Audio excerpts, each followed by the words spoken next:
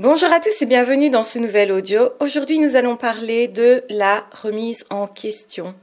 Vous êtes nombreux à me dire « Oh, regarde celui-là, il m'a fait beaucoup de tort et d'ailleurs, il ne se remet même pas en question. » Et c'est vrai que ça peut faire souffrir d'avoir cette impression d'être face à une personne qui est amorale, qui n'a pas de morale, qui, du coup, effectivement, a l'air de faire n'importe quoi et surtout, qui ne pense pas à vous, en fait.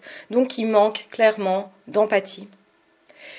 Ce qui est important de se dire, c'est qu'une personne qui réagit comme ça va principalement passer à côté de toute une série d'apprentissages qui demandent justement l'humilité.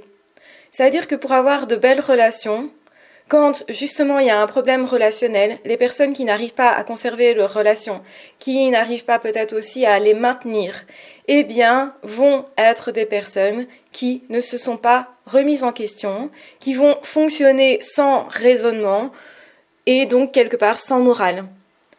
Et vous allez me dire, mais comment ils fonctionnent alors ? Eh bien, ils répètent constamment le même mécanisme. Ils répètent des schémas appris. Qu'est-ce qu'il y a de pire que de ne pas connaître quelque chose, de ne pas avoir appris quelque chose ? Eh bien, le pire, c'est d'avoir appris quelque chose qui dysfonctionne. C'est mieux de ne pas connaître quelque chose plutôt que d'avoir appris à faire quelque chose qui ne fonctionnera pas. Et c'est ce que font ces personnes-là. Elles répètent quelque chose qui ne peut pas fonctionner, qui ne peut pas les nourrir, qui ne peut pas justement être à la source d'une connexion réelle relationnellement. Et c'est pour ça que ces personnes-là vont avoir des relations qui seront pauvres. Mais en apparence, ces personnes-là, elles peuvent quand même donner le change. Et donc du coup, vous vous sentirez lésé que cette personne ne se remette pas en question. Que cette personne, justement, vous traite n'importe comment. Soit amorale, autrement dit. N'ait pas l'air d'être triste après votre séparation. N'ait pas l'air de, justement, se remettre en question après une dispute. Ce qu'il faut bien comprendre, c'est que ces personnes-là, elles ont trop d'ego pour se remettre en question. Et c'est ça le lien entre le narcissisme, quand il est disproportionné, eh bien, il nous empêche d'avoir des relations humaines. Et finalement, ce qui donne vraiment du plaisir à la vie, ce qui donne vraiment du bonheur à la vie, ce sont vraiment nos relations. Nos relations, elles sont vraiment à la source de beaucoup de plaisir, de beaucoup de bonheur. Donc, ça combine les deux. C'est-à-dire que quand on partage un petit peu avec quelqu'un qu'on ne connaît pas, on est plus dans le plaisir, dans une zone de partage qui est confortable. Donc, plaisir de se dire, plaisir de recevoir. Et il doit y avoir les deux, donc donner, recevoir doit être équilibré. Quand vous êtes face à un narcissique, c'est disproportionné. Cette personne-là ne s'aime pas, mais vous le cache. Et vous avez cette impression, au contraire, que cette personne, elle se croit toute puissante. Et donc, c'est une personne qui va se positionner de façon autoritaire, de façon à maîtriser les choses, maîtriser la relation, en tout cas, d'en avoir l'illusion. Parce qu'en réalité, on ne maîtrise pas les autres. Les autres, ils restent libres. Et vous êtes toujours libre de partir. Mais vous aurez peut-être vous-même cette impression de ne pas pouvoir partir, qu'il y a trop de conséquences, que vous n'êtes pas prêt à faire ça. Et probablement, vous serez sous emprise qui va vous empêcher de raisonner correctement et d'avoir une vision claire de la situation. Donc ça, c'est vraiment quelque chose qui ressort. Les narcissiques sont en même temps des personnes dépendantes. Donc les grands narcissiques, je parle. Et on retrouve certains profils de borderline et on retrouve le profil des pervers narcissiques, donc qui fonctionnent avec beaucoup d'ego. Pourquoi ? Pour compenser le fait qu'en fait ils se sentent minables, nuls et qu'ils ont peur de se sentir comme ça. Rappelez-vous, la pire peur du pervers narcissique, c'est d'être manipulé, d'être sous emprise, d'être sous le contrôle de quelqu'un d'autre. Et que craignent aussi les borderline ? C'est de se faire rejeter, de se faire abandonner. Donc, le but, c'est de contrôler l'autre, de le maîtriser de façon à ce que ça ne se présente pas. Donc, quand on est dans la peur, on n'est pas dans l'amour. On ne peut pas créer des relations authentiques et surtout, on ne peut pas non plus se positionner clairement face à l'autre. Parce que si je sens au fond de moi que je suis un minable, je ne peux pas montrer à tout le monde combien je dysfonctionne, combien ça ne va pas chez moi, combien je suis nulle. Du coup, ces personnes-là, elles vont se donner une apparence de personnes toutes puissantes. Et vous pouvez retrouver ça donc chez les narcissiques. cette position de toute puissance, je prends le dessus sur toi, je te donne des ordres, je te dis quoi faire, je maîtrise les choses et je contrôle tout. Évidemment, ce contrôle va créer du stress. Donc vous aurez quelqu'un en face de vous qui n'est jamais vraiment détendu ou rarement, qui est souvent en train de poser des questions sur qui vous fréquentez, pourquoi vous avez envoyé tel message, pourquoi vous avez dit ça, et est-ce que vous êtes prêt ou non à partir. Ça, c'est vraiment leur hantise aux grands narcissiques, c'est de vous voir partir, de vous voir vous libérer, parce que ça les renvoie à leur propre impuissance. Et effectivement que pour que ça fonctionne, pour que vous rentriez dans la danse et que vous acceptiez de rester, il va falloir vous rendre codépendant.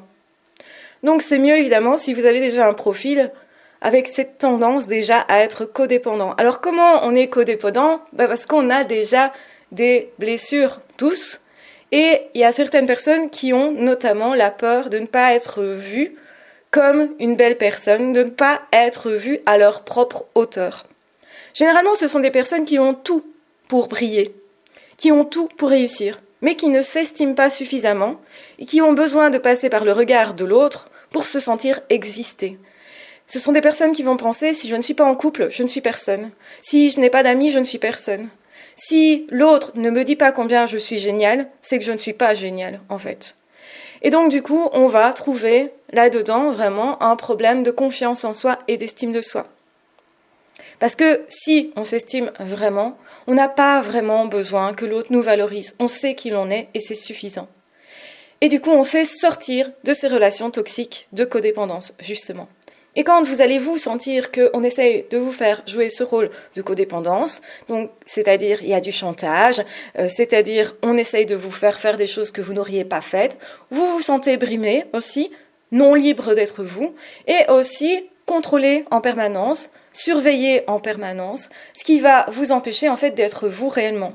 Et donc d'être vraiment en relation. Parce que si vous ne pouvez pas vous autoriser à vous lâcher, à être vous, à être heureux, etc., à être tel que vous êtes, probablement, vous ne rentrez pas vraiment en relation avec l'autre. Et souvent, on ne s'en rend pas compte de ça. Une fois qu'on est dedans, on ne le voit pas. On est tous pareils. Une fois qu'on est dedans, qu'on est entré dans une relation toxique, il va falloir sortir de ça et prendre du recul pour se rendre compte que c'était une situation toxique et une relation toxique. Et que l'autre, certainement, avait un problème d'ego. Et justement, ces personnes qui vont s'autoriser à vous dire quoi faire par rapport à votre corps, comment vous traiter, et si, justement, cette personne vous dit de vous maltraiter, de prendre un médicament qui va vous faire du tort, sans vous poser de questions, est-ce que ça va, sans qu'il y ait une logique derrière ça de respect.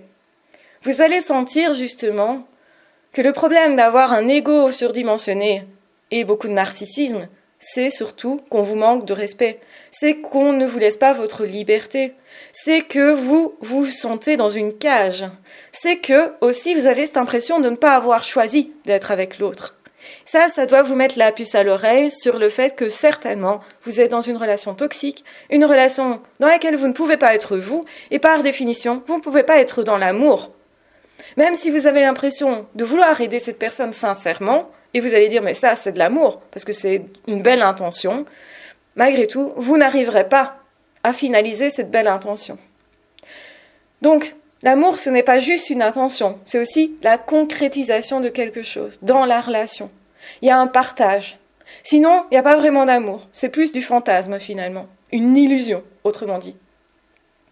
Et souvent, les personnes qui me disent « mais non, moi c'est pas de la dépendance, je suis vraiment amoureux », sont sincères.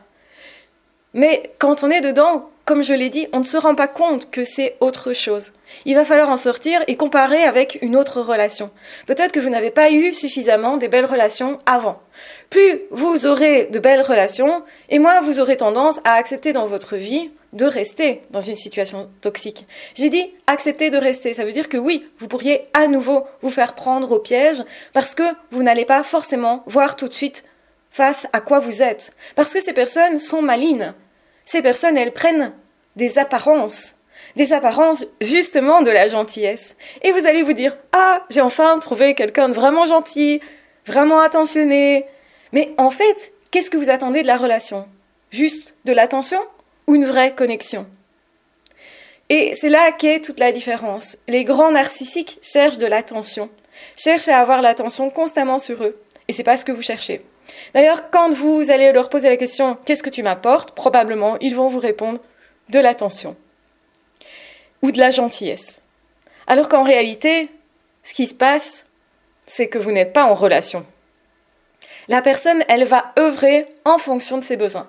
Et ça, vous allez pouvoir le constater. Et quand on est codépendant, on fait passer les besoins de l'autre avant les siens.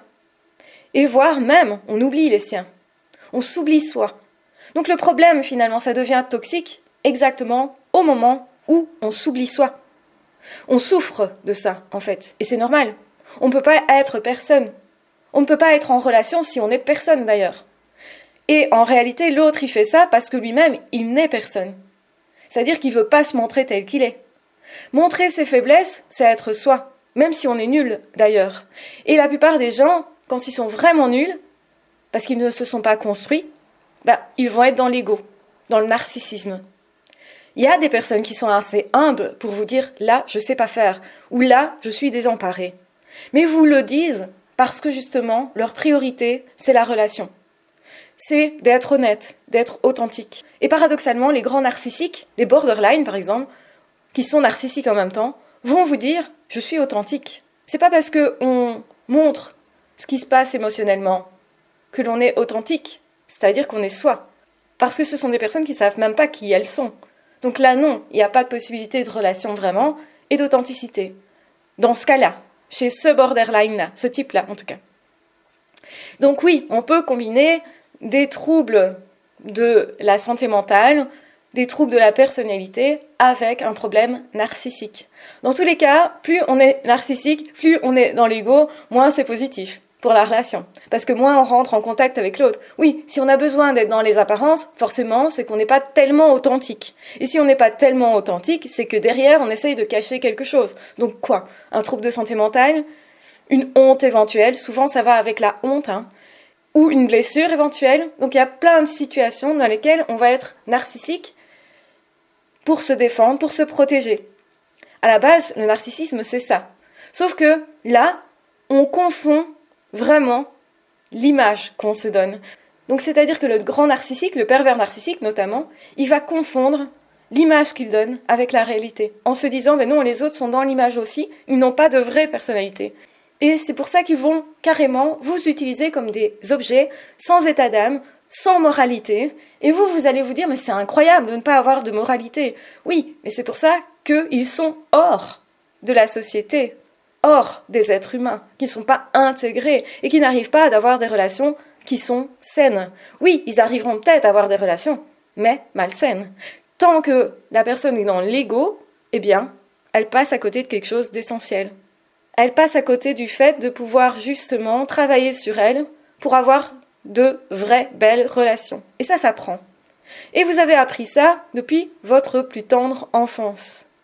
Donc imaginez que la personne qui a appris de faire autrement, c'est beaucoup plus compliqué pour cette personne de revenir en arrière, de se dire « ok, je suis nulle dans cette situation-là, et je vais apprendre. Donc je vais accepter de me remettre en question. Et si je me compare aux autres, je vais me trouver vachement nulle. Parce qu'en fait, tout le chemin que vous avez fait, enfant, adulte, adolescent aussi, ils ne l'ont pas fait. Donc forcément, il y a de quoi, quand on compare, se sentir être franchement à la traîne. Mais les personnes qui vont avoir vraiment le courage de se dire « ok, j'ai pas développé des relations saines. C'est bon, maintenant, je vais apprendre à avoir des relations saines. » Certains borderline sont capables de faire ça et vont d'ailleurs changer leur vie comme ça, mais après, évidemment, beaucoup d'entraînement. Donc, autrement dit, beaucoup de thérapie. Ce qui va se passer, c'est que vous allez partir des relations que vous avez déjà créées, de tout ce que vous avez déjà appris, pour créer vos futures relations. Et en fait, vous êtes largement en avance par rapport à votre cher petit pervers narcissique.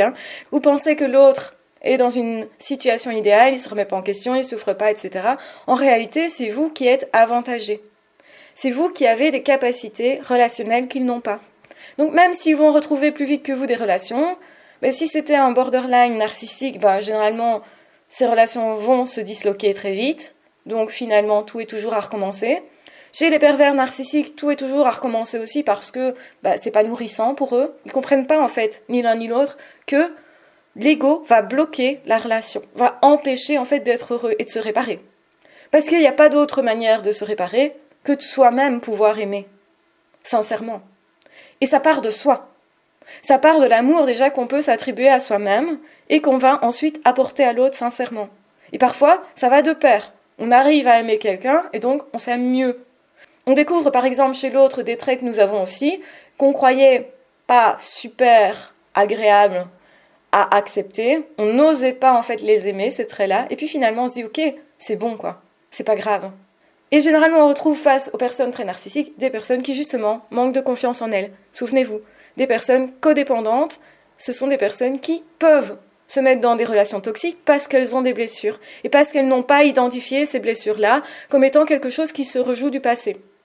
La plupart des personnes, quand elles identifient ça, elles sortent de la relation toxique. Pas toujours du jour au lendemain, bien sûr, ça demande du travail aussi, mais ces personnes-là se disent « Ok, je mérite une relation saine, je veux créer des relations saines, je ne veux pas participer à la confusion du monde. Donc moi, je refuse d'être face à un grand narcissique et de rester en relation avec cette personne-là. Donc je lui dis non. Tu veux être ami avec moi? Non. Donc effectivement, parce que ces personnes-là essayent toujours de vous avoir dans leur environnement. Donc ça aussi, ça devrait vous mettre la puce à l'oreille. Ne restez pas dans leur environnement. Si vous avez cette occasion justement de virer un pervers narcissique de votre vie, faites-le s'il vous plaît. Prenez de la distance, coupez les liens, allez-y clairement. Pourquoi ça? Parce que cette personne va vous impacter si elle reste dans l'environnement. Cette personne, elle va vous moraliser. Vous avez justement une morale qui est très forte. Et c'est pour ça qu'ils vont vous dire quoi faire. Ils vont le dire en fonction de qui vous êtes vous. C'est-à-dire qu'à une autre personne, ils vont dire autre chose, parce que c'est autre chose qui fonctionne. Donc le but, c'est pas de vous dire « Tiens, moi je connais les règles, tiens, les voilà, ça fonctionne ça ». Ça, c'est quelqu'un qui voudrait vous aider pour faire ça. Mais vous n'avez rien demandé. Vous n'avez pas demandé qu'on vous donne les règles, justement, qu'on vous moralise, etc. Donc méfiez-vous des personnes qui vous disent tellement qu'elles savent faire, surtout si dans leur vie, il n'y a pas vraiment de résultat. Ou que vous constatez justement qu'au niveau relationnel, c'est assez pauvre. Ça peut être des personnes qui ont énormément de relations, mais chaque fois elles sont changeantes, justement. Donc les personnes qui n'arrivent pas à maintenir des relations, attention, c'est peut-être que justement derrière, il y a une forme de narcissisme, une forme d'ego, et certainement ça manque de profondeur relationnelle. Donc peut-être un problème d'identité derrière ça. Ou au contraire, c'est quelqu'un qui va mettre fort en scène ses relations, et tout est figé. Chez les pervers narcissiques, en fait, quand ils sont en couple ou en relation, tout semble figé. Donc, c'est-à-dire que ça manque de vivant. Ça manque de vie. Ce sont des personnes qui, généralement, ne savent pas vivre non plus. Si vous vous privez des relations, si vous décidiez dans votre vie d'enlever toutes les relations, est-ce que vous n'auriez pas une certaine pauvreté?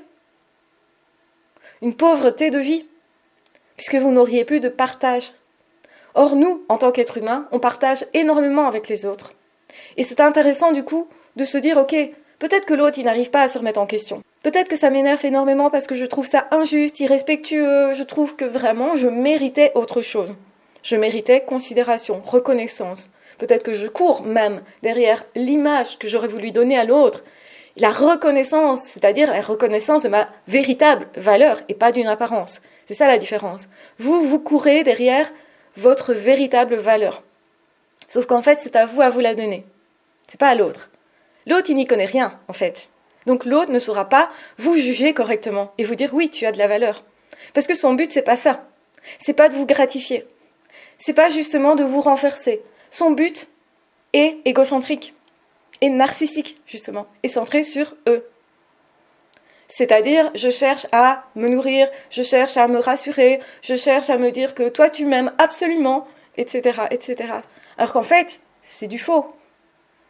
Ils cherchent, pour eux, quelque chose, et pas pour échanger. L'amour véritable, c'est je te donne et tu me rends. Il y a un aller-retour. C'est pas le même qui donne tout le temps. C'est pas non plus le même qui mendie.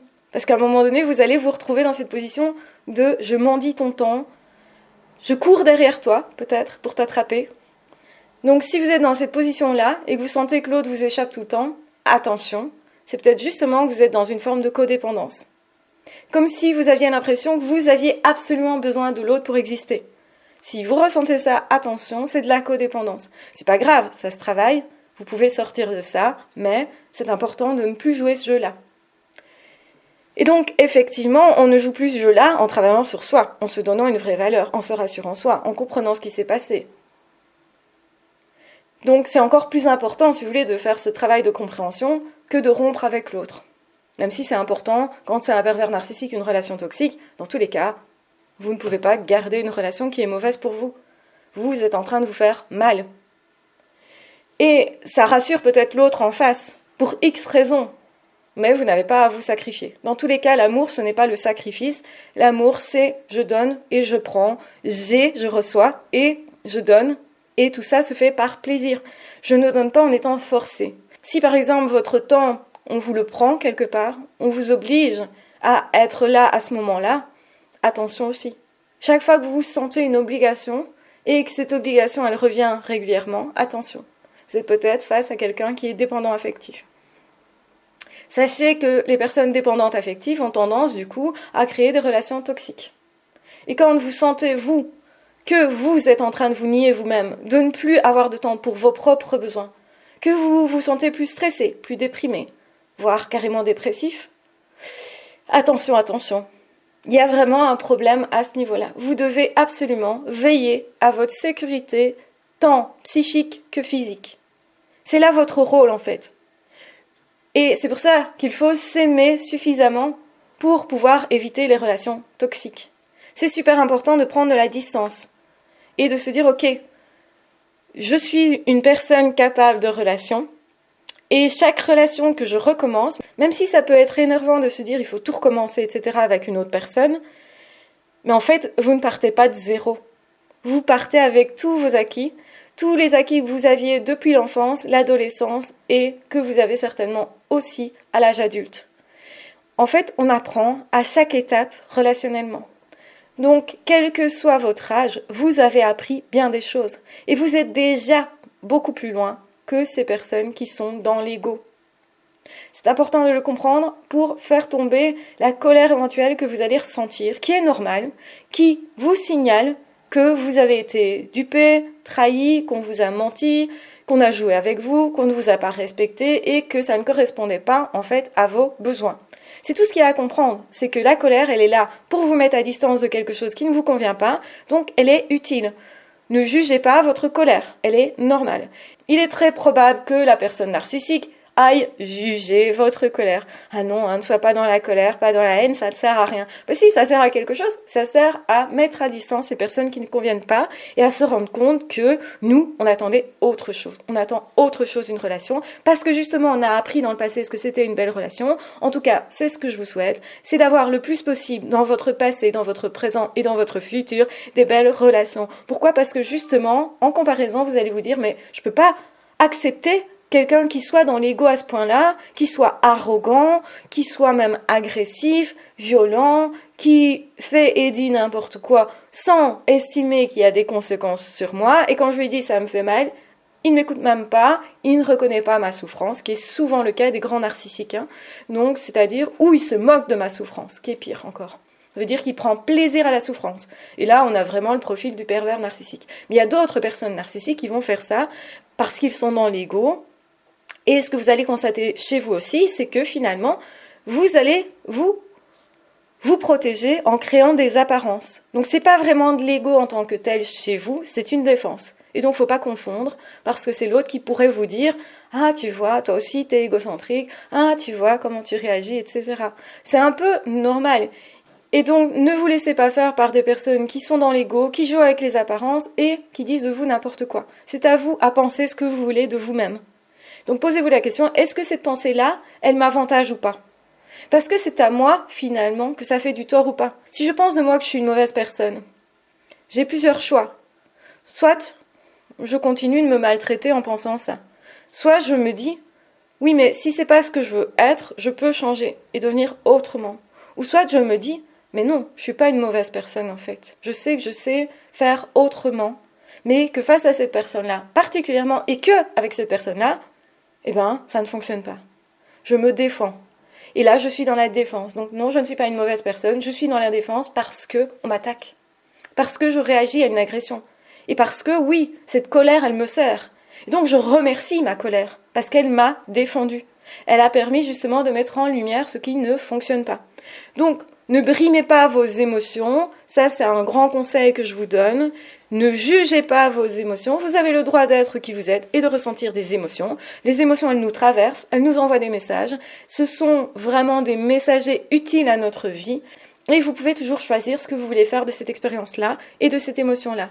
Donc, autrement dit, quand vous ressentez de la colère, dites-vous « Ah tiens, on me prévient que ce que je vis n'est pas bon pour moi, ne respecte pas mes besoins, ne respecte pas ma personne, peut-être que je trouve ça injuste, que j'ai l'impression qu'on me trahit, que j'ai l'impression justement peut-être qu'on me rejette, qu'on m'abandonne, enfin, bref, je ne suis pas OK avec ça, donc je ressens de la colère.